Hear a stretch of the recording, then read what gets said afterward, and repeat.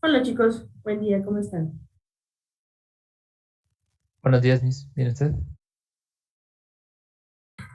Pues bien, bien, ya casi, ya casi al 100, pero bien, bien.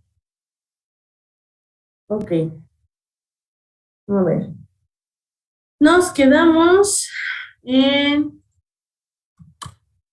en que les había encargado esta parte de los principios del HCI, ¿no? Sí. Nos habíamos quedado en esa parte. Ok, ¿alguien me va comentando algunos de los principios que encontró? Así como a grandes rasgos. Si quiere, yo puedo. Ujú. Platícame.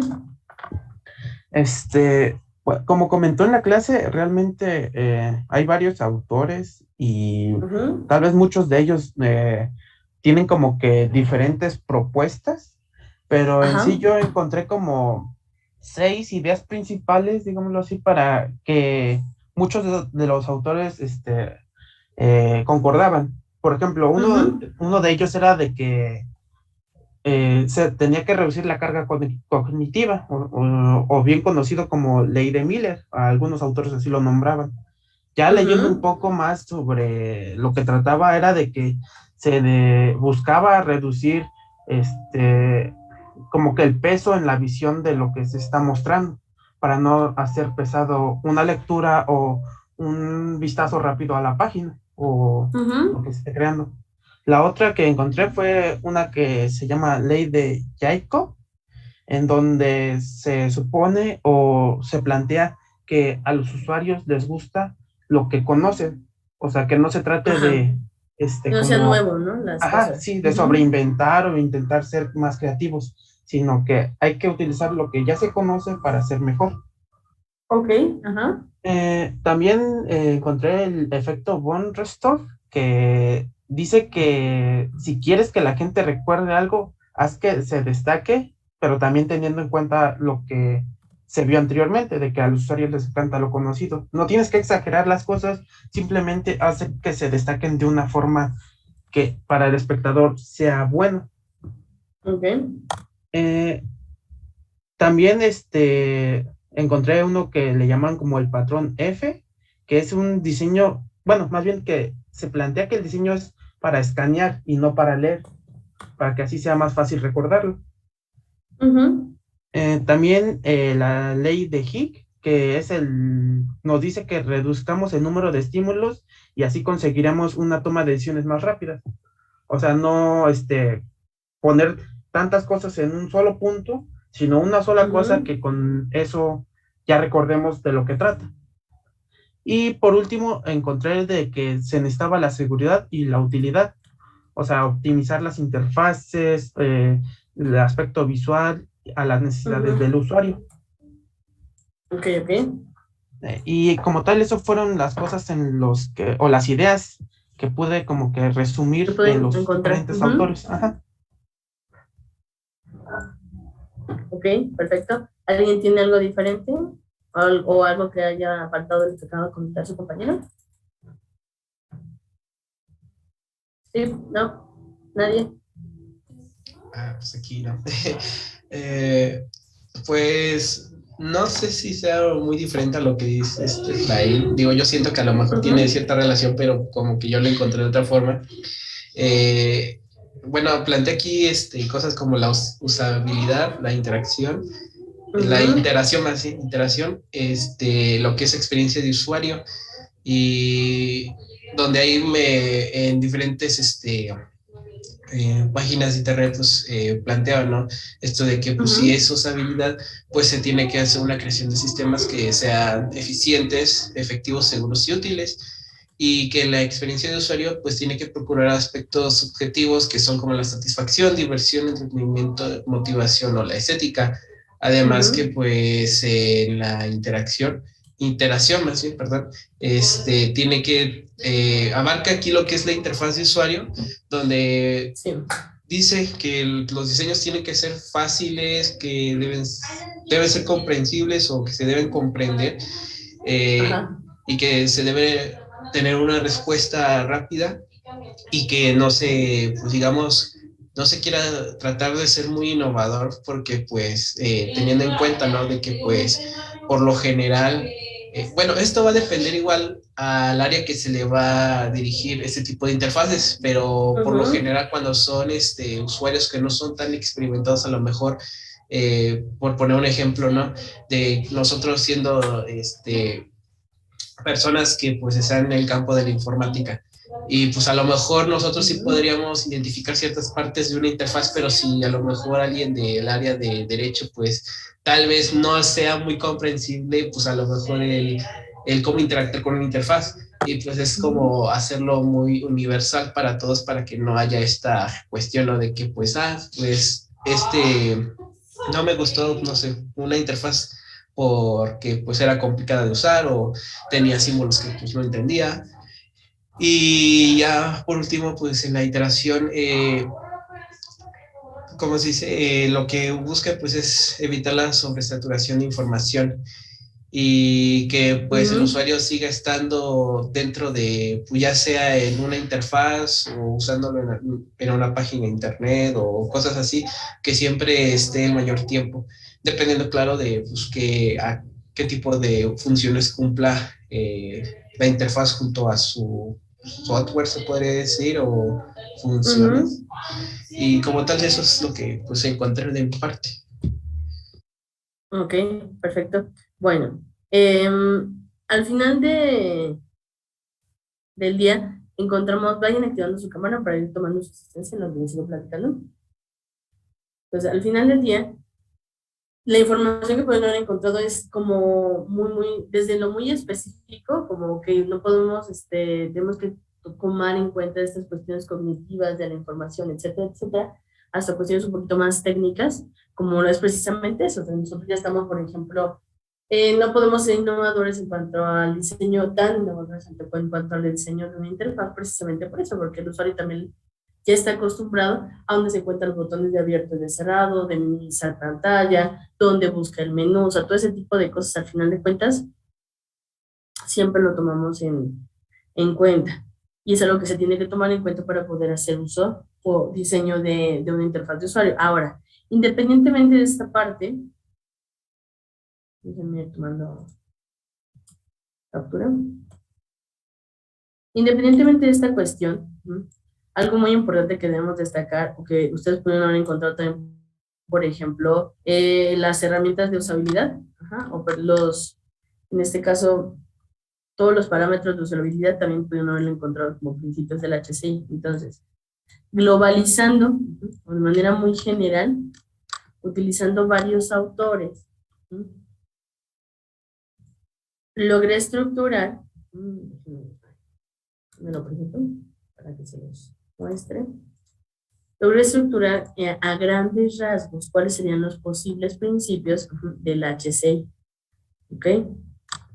Se los muestro para que eso sea la información que nosotros tengamos todos de manera general. Obviamente cada quien toma información diferente, pero los principios de manera global, principales que podemos encontrar del HCI, que son principios que pudieron haber, bueno, en este caso, que pudieron ser muy similares a lo que ustedes encontraron, y o aparte de ser muy similares, sino que también son principios que al final del día son la raíz de todo lo que ustedes pueden haber encontrado, ¿ok?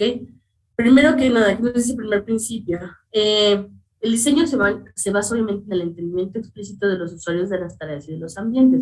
Ahí viene mucho de lo que nos platicó Jaime, o sea, depende de qué ambiente, depende de qué persona, de qué usuario, y evidentemente qué tan transparente o qué tan útil pueda llegar a ser la interfaz de usuario, ¿no? Después, los usuarios están involucrados durante el diseño y el desarrollo. Este es un punto muy importante o un principio que se tiene que contemplar cuando estamos trabajando con interfaces de usuario, precisamente por eso. No puedo yo pretender diseñar una interfaz de usuario para una persona que no conozco, que no entiendo, ni siquiera no sé cuál es su grado de estudio, no sé cuál es su especialización, cuál es su área de trabajo, cuál es su edad. Entonces no puedo pretender diseñar algo para alguien que no conozco y que no tengo ni idea de cómo va a reaccionar ante la interfaz, ¿no? Después tenemos el diseño que es impulsado y refinado por la evaluación centrada en el usuario. Al final de cuentas, Cuando nosotros estamos diseñando una interfaz de usuario, toda la evaluación, el feedback que se le tiene que dar, preferentemente tendría que dármelo quién, el usuario final. ¿Para qué? Para que yo pueda ajustar el diseño las veces que sean necesarias para que sea lo más orgánico y lo más entendible para el usuario final. Recordemos esta parte que les había platicado. Cuando estamos trabajando con interfaces de usuario, cuando estamos trabajando con sistemas, hay veces en las que vamos a tener acceso a ese usuario final o vamos a tener acceso o ciertas personas o personas de las empresas que se encarguen a fungir como eso, como usuarios finales. ¿Por qué? Porque dependiendo de la problemática y de la magnitud de la empresa, pues lo tenemos que trabajar de esa manera, ¿no?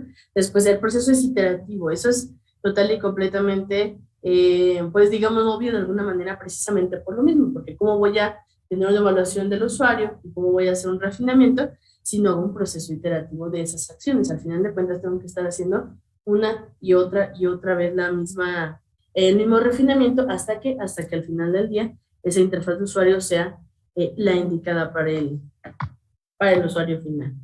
Después, el diseño contempla siempre la experiencia completa del usuario. La experiencia completa no nada más es, si vamos a implementar 3, 4 tareas en un sistema, implementamos esas 3, 4 tareas, pero ¿qué pasa? Que al final de cuentas tiene que ser todo orgánico, desde que el usuario ingresa al sistema, si es que va a utilizar una contraseña, si es que va a utilizar un usuario, qué tipo de usuario, tal vez es su clave de empleado, nosotros no sabemos esa parte, pero al final de cuentas tenemos que ajustar toda la experiencia a que sea lo más transparente para el usuario. Y por último, el equipo de diseño va a incluir habilidades y perspectivas multidisciplinarias. Cuando trabajamos y utilizamos los principios del HCI, tenemos que contemplar y ser muy conscientes de que los equipos de trabajo en los cuales desarrollan las interfaces no tienen que ser ni todos ingenieros de software, ni todos licenciados en administración de tecnología, ni todos ingenieros en computación. ¿Por qué? Porque al final del día, necesito tener diferentes perspectivas. Eso es algo que hace un equipo muy fuerte. Diferentes perspectivas en cuanto a que tal vez tú vas a tener gente, evidentemente, que vaya a hacer el diseño de la interfaz de usuario a nivel código, pero puede que también tengas diseñadores. ¿Para qué? Para que te apoyen en esta cuestión del diseño, de las paletas de colores, de todas estas cuestiones. Vas a tener, por ejemplo, especialistas de base de datos. Bueno, esos especialistas de base de datos pues se van a encargar precisamente de trabajar con todas y cada una de las estructuras para poder generar la base de datos, pero al final del día necesitas tener una perspectiva diferente de qué es lo que se está construyendo. Entonces, tú generas un equipo de trabajo cuyas áreas sí sean obviamente, del área de la tecnología, al final de cuentas, que tengas esos diferentes vistos, esos diferentes roles, apoya mucho al equipo para que este diseño de esta interfaz y el sistema per se sea un sistema que tenga la menor cantidad de errores posibles y de modificaciones en un futuro. Acuérdense que al final del día, esta parte del desarrollo es de igual manera iterativa. O sea, el proyecto no se va a diseñar en un día, ni se va a hacer solamente un diseño y vayamos a pretender que ese diseño sea perfecto para el proyecto per se, ¿no? Entonces, de manera general, podemos globalizar los principios en estos 6, ¿ok? No nada más estoy contemplando toda la parte del usuario, de sus necesidades, sino también qué personas van a tener que desarrollar y cómo se tiene que desarrollar un sistema en el cual se utilice la interacción humano-computadora, en la cual sí sea importante esta interacción humano-computadora. Al final del día, los usuarios finales son los que lo van a trabajar, sí, pero quien va a desarrollar ese sistema adecuado o lo más adecuado posible para los usuarios, pues al final de cuentas van a ser los desarrolladores, los diseñadores, el equipo de trabajo. ¿Se entiende más o menos esta parte? Denme un segundito, regreso rapidísimo, es que me está marcando mi jefa. Denme un segundo, vengo.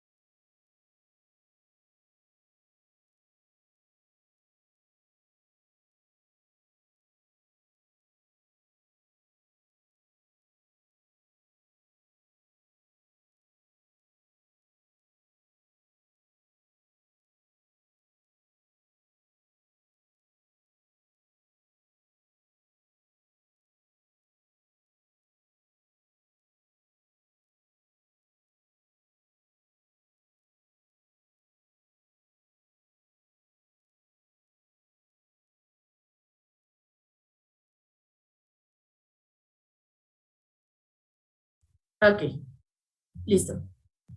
Continuamos. Independientemente de estos principios, que van a formar parte del HCI que se tienen que contemplar, no nada más del lado del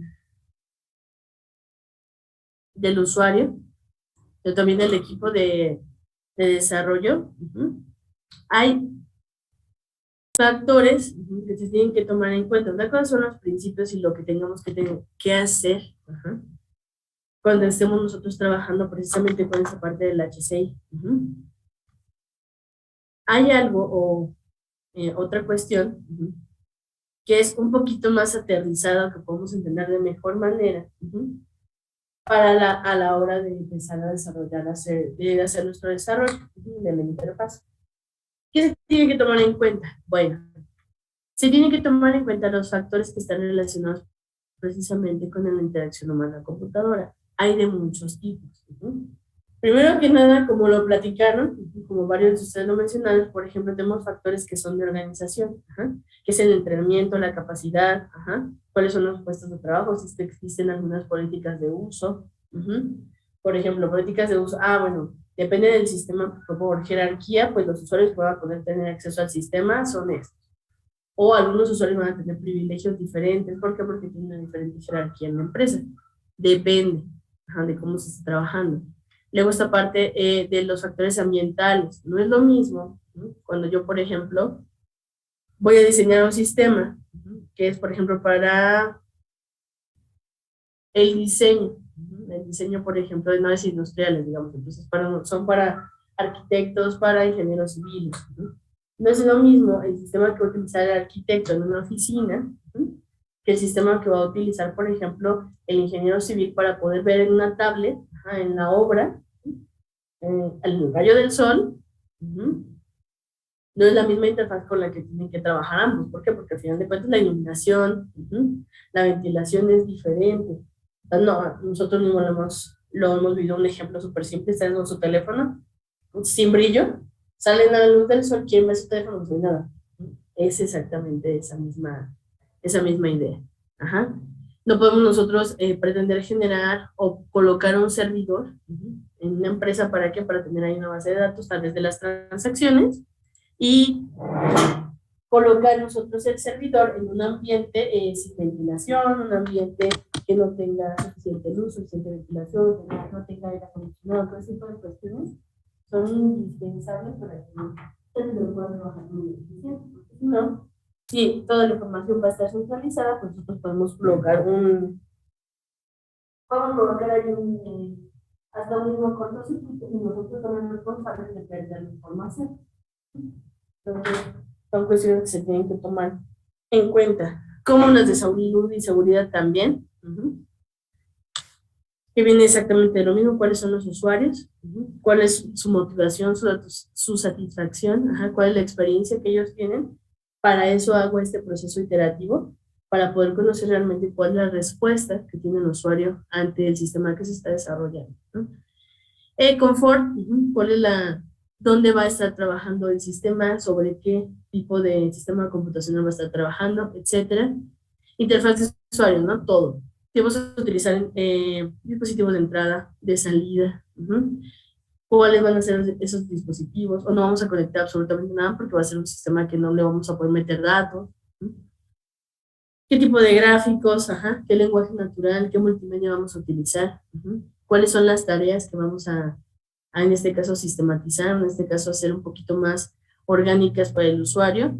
¿Cómo se van a repartir? ¿Cómo se van a ver? Esta parte de la repetitividad, ¿se va a llevar a cabo o no se va a llevar a cabo? Entre más el usuario repite una acción, es más fácil que aprenda a utilizar el sistema de manera correcta. Las restricciones, ok, independientemente de todas las necesidades que tenga el usuario, físicas, de seguridad, de confort, de interfaz, de lo que quieran, pues realmente necesitamos conocer cuáles son las restricciones que tiene el proyecto. Y no nada más para cuando estamos trabajando con factores de HCI, sino cuáles son las restricciones reales que tiene el proyecto que estamos desarrollando. Si tú tienes la idea de que tal vez vas a tener que adquirir equipo de cómputo nuevo, ¿por qué? Porque tal vez el que se tiene ya es muy antiguo, porque tal vez el sistema necesita un mínimo de 8 de RAM y todos los computadores que tienen las secretarias para trabajar es de 6, ¿no? O tal vez necesitas un almacenamiento en disco duro de, no sé, de 1 tera, y los discos duros que se tienen dentro de la empresa pues no son ni siquiera de uno, ¿no? Deja tú todos los demás sistemas que tienen que tener. Entonces tenemos que analizar realmente qué solución es viable para poder desarrollarse. ¿Por qué? Porque al final de cuentas tenemos que contemplar esa parte de los costos, de los presupuestos que se tenga, si la empresa tiene un presupuesto o no tiene un presupuesto para adquirir, por ejemplo, equipo de cómputo. Ya no importa que sean las computadoras, las tablets, lo que se tenga que adquirir, existe el presupuesto, si no, no tiene sentido que se diseñe un sistema de esa magnitud si al final de cuentas no tiene la oportunidad de adquirir el hardware en este caso, que lo va a poder soportar, ¿no? Funcionalidades del sistema, seguimos trabajando con lo mismo. ¿Cuánto espacio vamos a utilizar físico? La computadora tiene los recursos para poder trabajar con el sistema, o si quiere implementar el sistema en la computadora. Y pues en esta parte de la productividad, pues es importante que lo contemplemos porque al final del día estamos sistematizando tareas. Entonces, ¿qué pasa? No puedo sistematizar una tarea que me vaya a tardar, por ejemplo, la tarea per se, digamos, la secretaria se tarda, no sé, 25 minutos en realizar, porque es cargar datos, porque es montar ciertas cosas en el sistema, etcétera, etcétera. Ella normalmente, la secretaria normalmente se tarda, ¿qué? 25 minutitos. En el momento en el que tú generas el sistema, tienes que contar estos tiempos de productividad. ¿Por qué? Porque al final de cuentas, si se tardaba 25 minutos en hacer la tarea, no puede tardarse ni los 25 minutos, ni mucho más tiempo utilizando el sistema. ¿Por qué? Porque si no, la automatización no está funcionando. No podemos hacer una tarea aún más tardada, aún más desgastante de lo que ya era, porque al final de cuentas no le estoy ayudando a la empresa a solucionar un problema, sino que estoy metiendo un problema nuevo, aunque aparte le está costando dinero a la empresa, ¿no? Entonces, esos son de esos tipos de factores que se tienen que tomar en cuenta y que a lo largo de de todas las fases del ciclo de vida de desarrollo de sistemas, vamos a ir analizando, ¿ok? Los vamos a ir analizando porque al final de cuentas tenemos que estar contemplando todos estos puntos en diferentes fases. Desde cómo conozco al usuario, que son las primeras fases del ciclo de vida, hasta cómo es lo que necesita y quiere el usuario para poder trabajar en un sistema. Entonces, todo esto lo vamos a estar trabajando conforme vayamos avanzando en esta parte del ciclo de vida de desarrollo de sistema, ¿vale? Más o menos si vamos por aquí bien. Sí. ¿Sí? Efra, Fer, ¿sí? Sí. Va que va. Ya lo hicimos. Ahora sí, ya vamos a trabajar con las 7 diferentes fases. ¿Vamos? Primera fase. Bueno, la identificación de problemas, oportunidades y objetivos. Hay que establecer muy bien qué es una oportunidad, qué es un objetivo y cuál es una problemática. Una problemática es muy simple, ustedes ya la han sabido identificar desde que empezaron a trabajar precisamente con esta parte de ingeniería de requerimientos. ¿Okay? Entonces, el establecimiento o entender cómo pasan o qué problemas tiene una empresa no es complicado.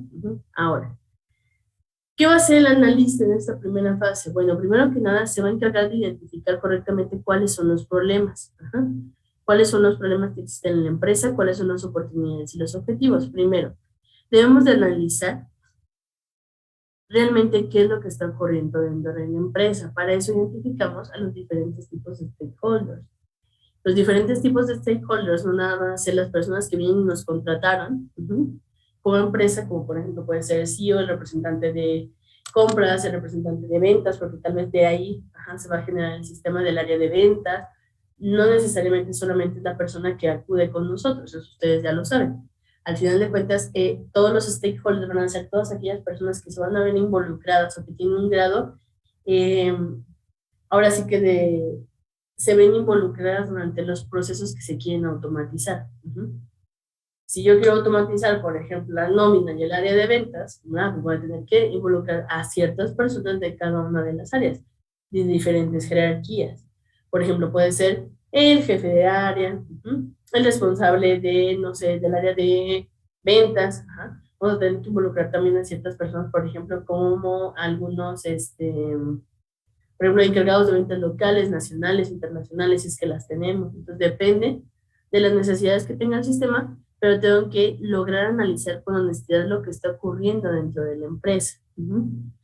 ¿Con qué? Con diferentes personas o miembros de esta misma organización. ¿Para qué? Porque, por ejemplo, el jefe de área identifique que hay dos problemas.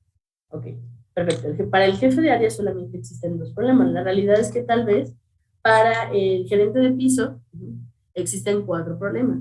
Y para el usuario final existen unos 8 problemas. Ahora, realmente no vamos a desarrollar solamente lo que diga ni el gerente ni ni nada más lo que me está diciendo el CEO.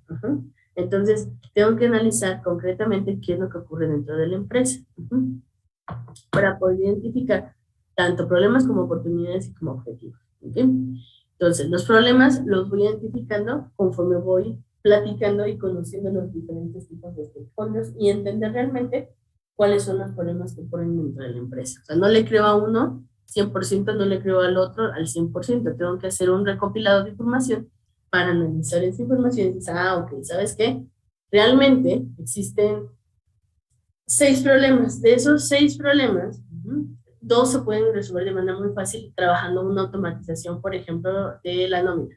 Aunque ya ahí solucionamos 2. Y los otros 4 los vamos a solucionar con esto y esto y esto y esto.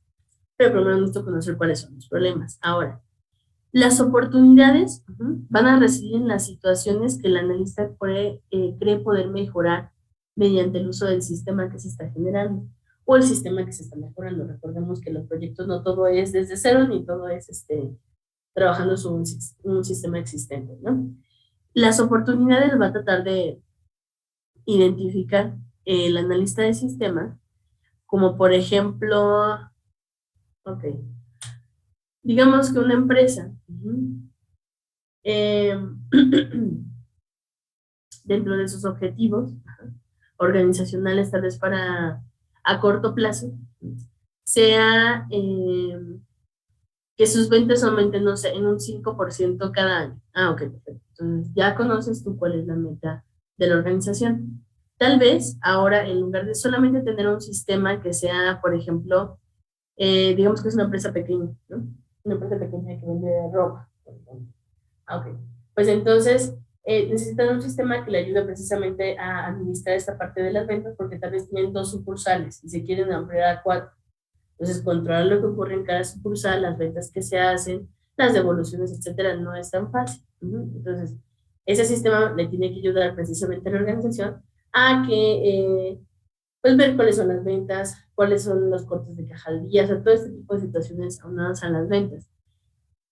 Cuando nosotros tratamos como analistas de identificar alguna oportunidad, las oportunidades van a residir en poderle, por ejemplo, mediante tu sistema,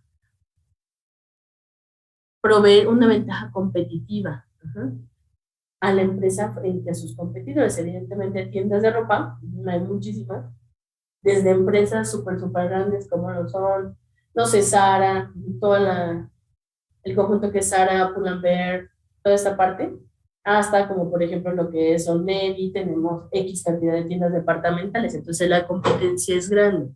Si esta es una empresa pequeña, que no sé, se dedica a vender ropa artesanal, hecha a mano, ¿cuáles serían las ventajas competitivas que le pudiese ofrecer la solución que le estás planteando al cliente ante precisamente sus competidores? Tal vez ahora no nada más haya que trabajar, por ejemplo, con la venta o con el sistema de ventas que se tenga dentro de cada una de las sucursales, sino que tal vez se puede ofrecer en este caso al cliente que se genere también un espacio de venta y de comercio electrónico.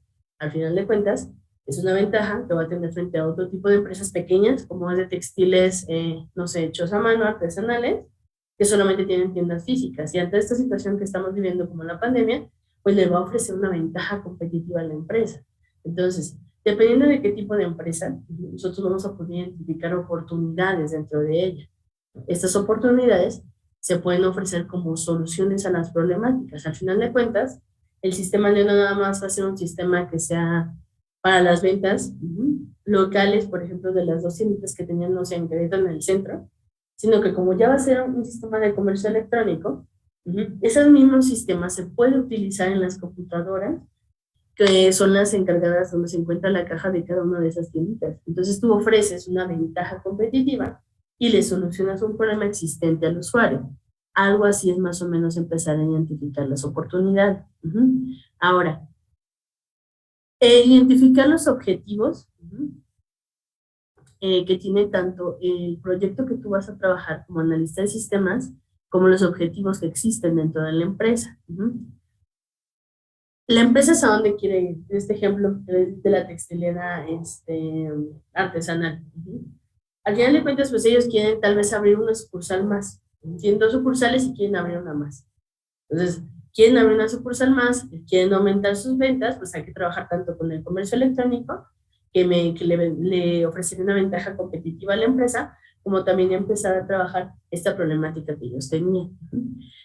Ese sistema, tal vez de comercio electrónico, de ventas, de compras, de cobro, etcétera, que lo podemos hacer en línea, es un sistema que lo podemos trabajar en línea. ¿Para qué? Para que al final de cuentas todo se vaya reflejando en el mismo sistema, tal vez toda esta información se vaya a guardar en la nube. Hay que comprar espacio en la nube para no tener que tener un servidor físico, comprar el servidor, etcétera. Al final de cuentas, esto también le va a ayudar a cumplir sus objetivos organizacionales a la empresa.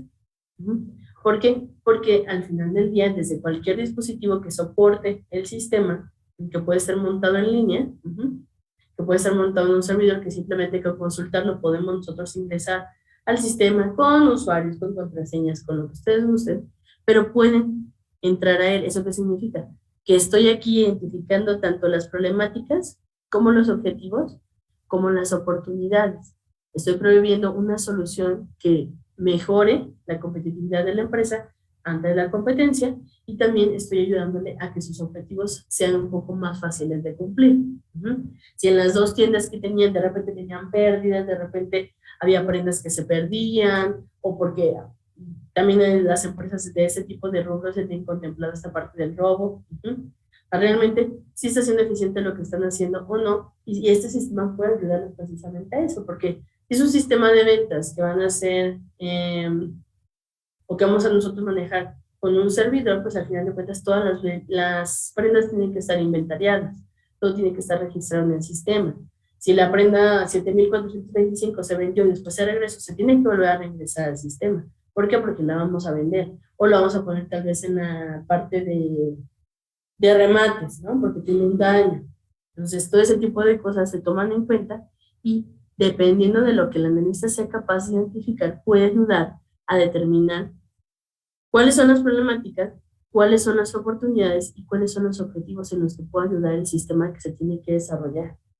Entonces, si se dan cuenta, el análisis de lo que hace la empresa, cómo lo hace y hacia dónde tiene que llegar es muy importante, porque al final de cuentas me ayuda a mí a generar una solución de software como hardware, etcétera, de software embebido, lo que yo quiera, con una solución que realmente le vaya a ser útil a la empresa, que la inversión, cuando yo presente la solución, en una de estas etapas se presenta la solución o se oferta la solución más viable o las soluciones más viables, se le explica a la empresa en qué tantos aspectos va a llegar a impactar la solución que se plantee. Entonces, si tú generas un buen análisis, haces una buena identificación de estos problemas, oportunidades y objetivos, entiendes a ciencia cierta qué hace la empresa, cómo lo hace, cuáles son sus objetivos organizacionales, tú puedes generar una solución de software o de software embebido, que al final de cuentas no nada más le ayude a resolver sus problemas, sino que le dé un plus. Y ese plus le va a ayudar en diferentes aspectos dentro de la empresa. Ahora, ¿cuáles son las personas que se involucren en esta primera fase? Primero tienen que ser, de manera principal, evidentemente, los analistas de sistemas, los usuarios, los diferentes tipos de stakeholders que tengamos, y como tal, esas personas son las que me van a ayudar a construir toda o a obtener toda esta información que yo requiero. Entonces tengo Mis analistas de sistema puede que también tengan mis ingenieros de requerimientos del lado de mi empresa. Y puede que también tenga, por ejemplo, el gestor del proyecto de mi lado de la empresa. Del lado de la empresa a la cual le voy a trabajar, pues necesito tener contacto con diferentes tipos de stakeholders que sufren o viven el día a día de estos problemas para que yo tenga la capacidad de poder ofertar una solución que realmente solucione sus problemas, no lo que ellos crean que es un problema. Ya nos va a acabar la clase, ahorita los veo rapidísimo, ¿vale? Sí. Ahorita los veo.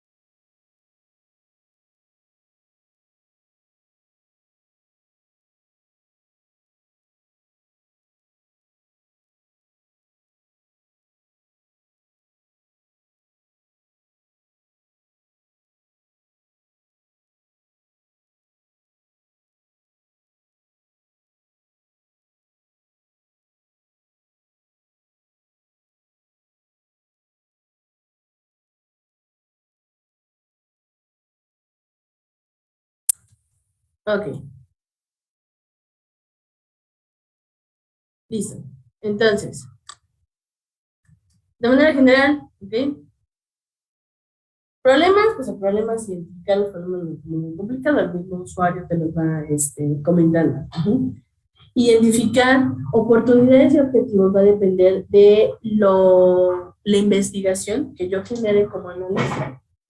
Con mi equipo de trabajo, tengo requerimientos, tengo por ejemplo, el gestor del proyecto trabajando conmigo, o si en este caso tengo solamente yo trabajo como analista en esta parte, ¿no? Entonces, conozco la empresa, tengo que conocer cómo trabaja, a qué se dedica, qué hace, cómo lo hace, ¿ok?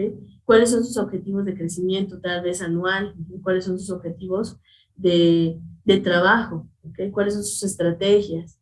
Ahora, todo depende de qué tanta apertura tenga la empresa precisamente para poderme proporcionar esta información. O sea, yo no puedo pretender conocer de pie a pa la empresa si la empresa no se presta a que yo pueda conocer todo ese tipo de información que se requiere.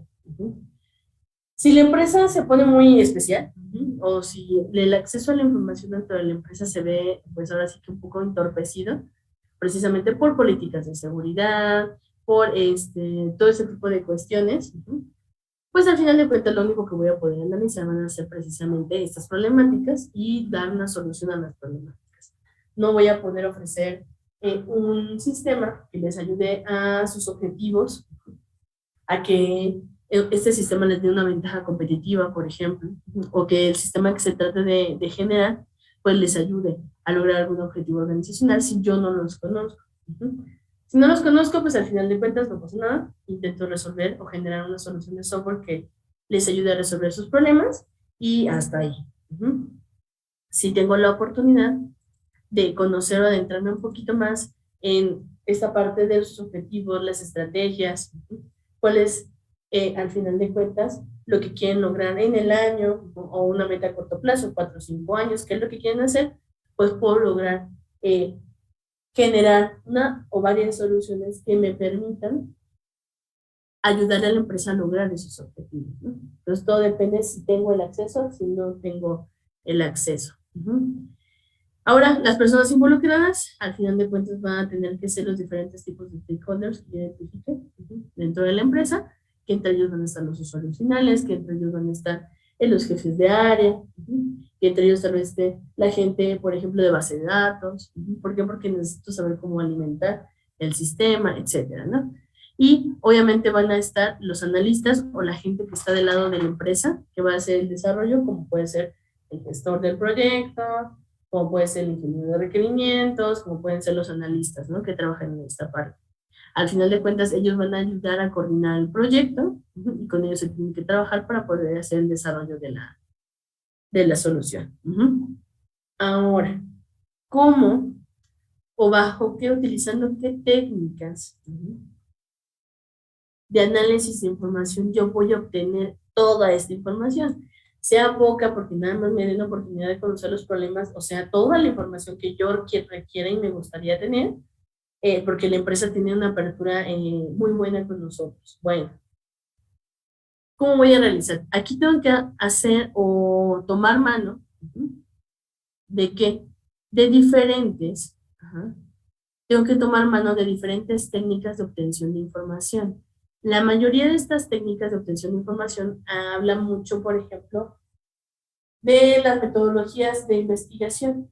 Metodología de investigación como cuál, lo que ustedes vieron en el primer semestre. Acuérdense que teníamos una metodología de investigación cualitativa, cuantitativa y mixta, ¿no? Estas metodologías de investigación le daban al investigador diferentes formas de obtener información y diferentes ángulos de cómo obtener esta información. Al final de cuentas, cuando trabajamos con una metodología cualitativa, pues es precisamente eso, conocer la información directa de los usuarios, de los clientes, de lo que le quieras llamar, de quien está viviendo el problema, y esa información es una información que no se puede cuantificar, es una información que se tiene que analizar a profundidad. ¿Por qué? Porque son los sentimientos, las sensaciones, las experiencias que tienen precisamente estos usuarios, a comparación de una metodología cuantitativa, que es con números, que puede hacer, por ejemplo, una serie de cuestionarios en los cuales usted se encuentra, ¿qué tan de acuerdo se encuentra con esto y esto y esto? Ah, muy de acuerdo, totalmente de acuerdo, en desacuerdo, totalmente en desacuerdo.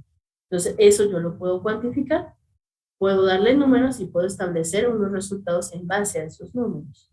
Y una metodología mixta, pues me habla precisamente de trabajar con ambos tipos de investigación. Con una parte cuantitativa que yo pueda establecer en números, y con otra parte que son los sentimientos, los pensamientos, las sensaciones, las experiencias que tienen los usuarios, ¿no? Una metodología o un desarrollo que se va utilizando la obtención, haciendo uso de las técnicas de obtención de información, tanto cuantitativa como cualitativa, me garantiza que lo que yo voy a la propuesta, que yo voy a proponer, al final de cuentas, cuando ya tenga toda esta información y la haya analizado, va a ser la propuesta más acertada posible. Eso no es posible muchas veces, es el ideal, el utópico, que al final de cuentas se pueda tener tiempo suficiente para hacer un análisis tanto cuantitativo como cualitativo de la situación global de la empresa. Eso no es simple porque toma mucho tiempo. El análisis cuantitativo no es complicado, de hecho es muy fácil. Utilizas 2, 3, 4, 5 cuestionarios, en 2 patadas lo analiza un sistema, como por ejemplo el SPSS, y te dan los resultados. Y de ahí esos resultados tú prosigues hace el diseño de la solución. Pero cuando estamos trabajando con técnicas de obtención de información cualitativa, ahí ya está complicado, porque como no lo puedo cuantificar rápidamente, no lo puedo medir rápidamente, tengo que analizar la respuesta de cada uno de las personas que fueron entrevistadas, de las personas que fueron analizadas, de las personas que fueron, por ejemplo, trabajadas en esta cuestión. ¿Para qué? Para poder analizar realmente qué es lo que está pasando. O sea, cuál es el factor que se repite, cuál es el problema que se repite, cuál es la conducta que se repite, para de ahí yo ya poder saber qué hacer, ¿no? Ahora, ¿cuáles son, independientemente de que sea lo ideal, de que sea lo más óptimo, qué es lo que se hace comúnmente cuando estamos en esta fase del análisis? En esta fase del análisis se utiliza una técnica de análisis de obtención de información cualitativa. ¿Cuál es? La entrevista. ¿Okay? Hay que tratar de entrevistar a todos los stakeholders. ¿Para qué? Para conocer realmente qué es lo que está pasando. Y realmente, porque, como les comentaba, el jefe de área, el CEO, pues va a decir, ay, tenemos un problemita y ya, ¿no? O sea, genérame un sistemita que me resuelva mi problemita y listo. La realidad es que no, que tal vez no sea un problema, sino que sean 7, 8, 9, 10 problemas, que como al final de cuentas el CEO no está trabajando el día al día con ese tipo de problemas, con ese tipo de situaciones, pues no se va a dar cuenta, ¿no? Entonces, tenemos que generar o ensamblar esta historia, que sea lo más real posible, lo más acertada, y con eso lo puedo hacer precisamente entrevistando a todos y cada uno de los stakeholders que se encuentren o que yo ya contemplaba en el proyecto, ¿no? Después, evidentemente, tengo que sintetizar esta información, analizarla, estimar cuáles son las problemáticas reales. Si me dan la oportunidad, identifico oportunidades, identifico objetivos, y después tengo que hacer una documentación de la información que obtuve. ¿Para qué? Para que podamos nosotros generar un informe de viabilidad. Ese informe de viabilidad, ¿para qué me sirve?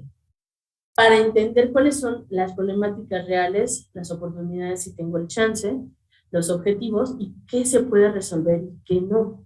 No porque no se pueda resolver porque nosotros como empresa no lo podemos resolver, sino que tal vez el proyecto está planteado que se solucione,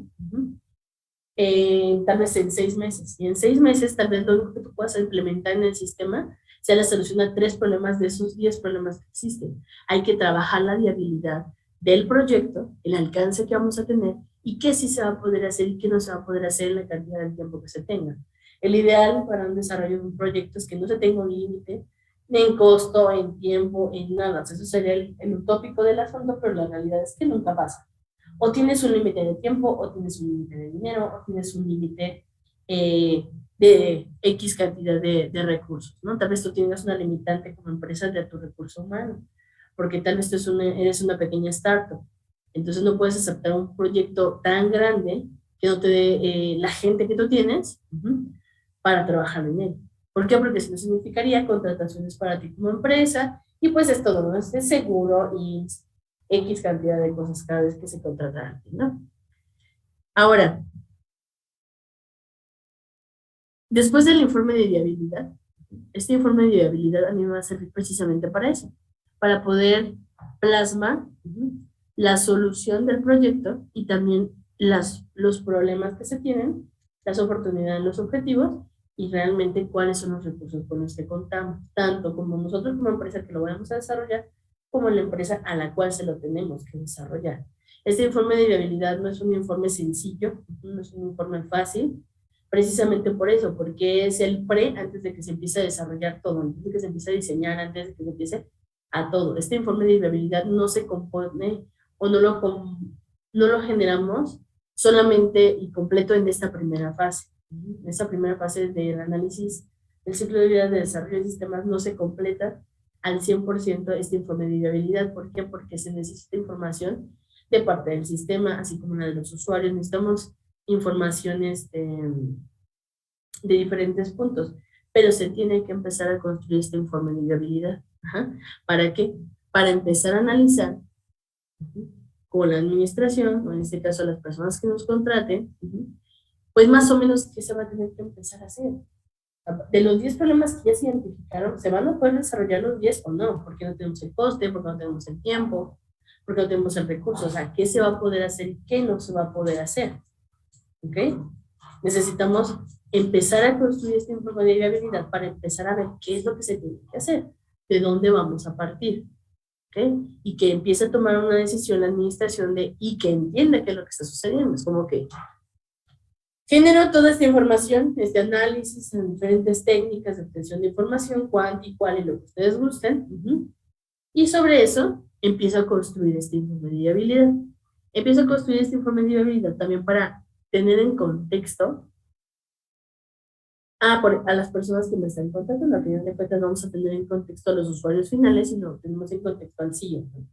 Ok, usted decía que tenían un problemita. Bueno, la realidad es que existen 10 problemitas. ¿Por qué? Porque se trabajó con los stakeholders y se identificaron estos 10 problemitas. Entonces, la realidad de la empresa y de los problemas que tiene es esta. Ahora, ¿qué hacemos? ¿Cuánto tiempo tenemos para el desarrollo del proyecto? ¿Qué problemas atendemos en primera instancia? ¿Qué es lo que más le urge también al usuario? Es como que de los 10 problemas me urge el 5 y el 7. Perfecto, trabajamos con 5 y 7, con solución 5 y 7. Pero necesitamos informarle al usuario mediante este informe de viabilidad qué es lo que está sucediendo y hacia dónde tiene que ir. ¿Ok? ¿Vamos por ahí más o menos? Sí. ¿Sí? Ok, bueno, entonces. Vamos a hacer lo siguiente.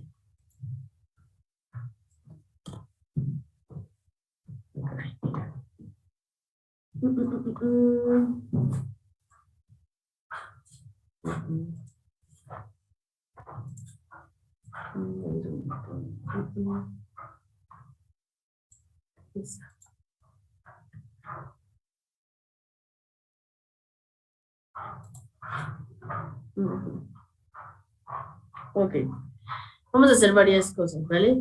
Lo primero que vamos a hacer, lo primero que les voy a encargar de aquí a la siguiente clase, va a ser que me investiguen, por favor, cuáles son las técnicas de obtención de información de la metodología cualitativa.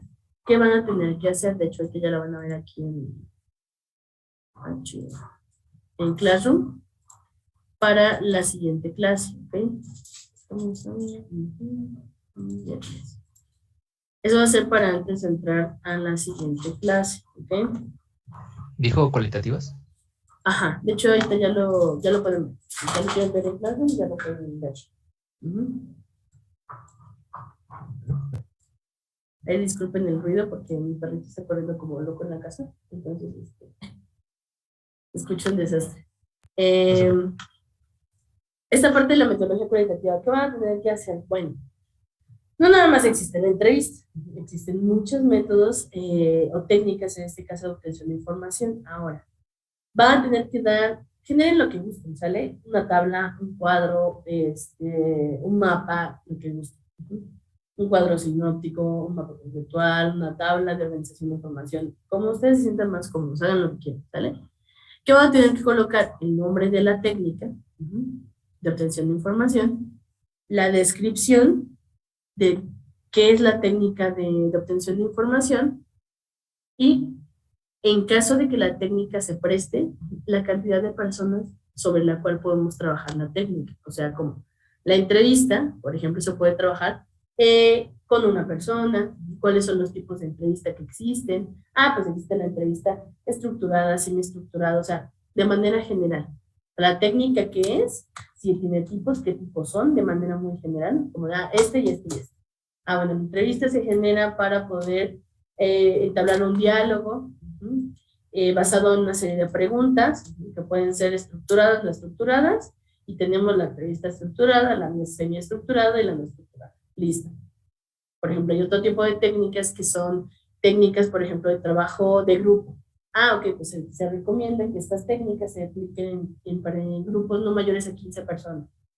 ¿Para qué? Para lanzarles una serie de preguntas y que ellos contesten como sus sentimientos, cómo llevan a cabo el proceso en la empresa, etc. ¿Okay? Entonces, algo así necesito que construyan, como quieran.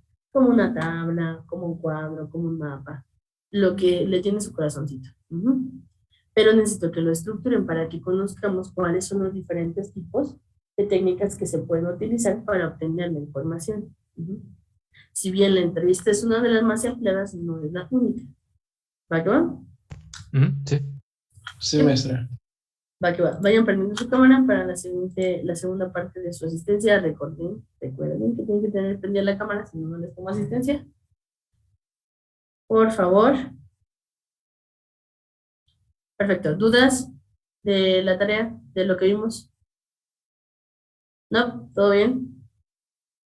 Ok, si va muy rápido, si va muy lento, díganme para ajustar, ¿vale? Y listo. Ya está la captura, déjenme la guardo, si no la pierdo.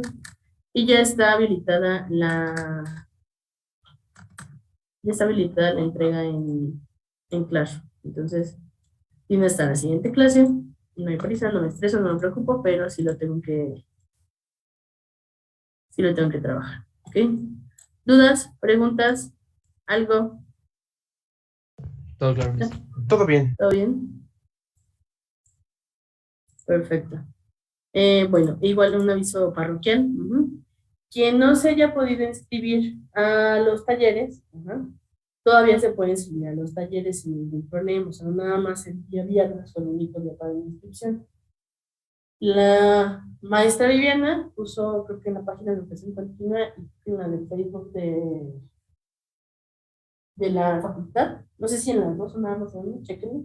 Ahí puso un correo y puso un teléfono al cual se pueden comunicar para poder hacer su inscripción todavía, ¿va? Para que no se les vaya a pasar el asunto. Entonces, si no pudieron hacer el viernes, no pasa nada, lo platican con ella y ya les dice ella, pues, qué talleres quedaron, qué cupo hay en los talleres, para que se puedan inscribir a ellos. Ajá. Y acuérdense, no sé cuántos talleres lleva cada quien, evidentemente, eso es, cada uno de ustedes lo sabe, pero recuerden que tienen que hacer al menos un especializado y dos básicos.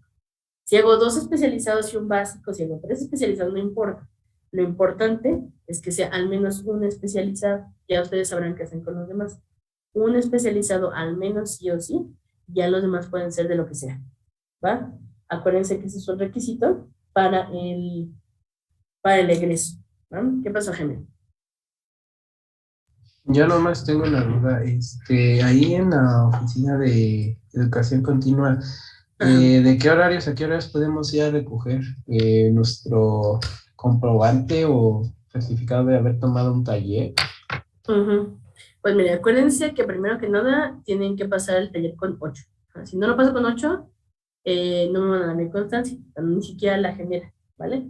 Entonces tengo que pasar con 8, 9, 10, ya lo que sea, y les generan su constancia. Si no importa que hayan pagado, no importa que hayan estado todo el taller, o sea, no importa, tienen que sacar 8 y tener al menos el 80% de las asistencias para poder pasar.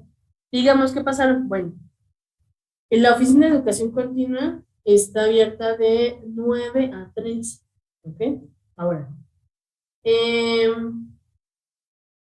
es mejor que le manden un correo o le manden un mensajito al número que, de hecho, está en Facebook, ahí si lo checan, abajito de la publicación de los talleres. Ahí hay un correo y ahí hay un teléfono. Es mejor que generen una cita para que no lleguen el mero día y tal vez no se encuentre la maestra o se encuentre en la junta o tal vez en clase. No sabemos, ¿no? Entonces, mándenle mensajito sin ningún problema y ya si en caso de que agenden la cita, vayan y la maestra no esté, suban conmigo y yo les busco a la maestra.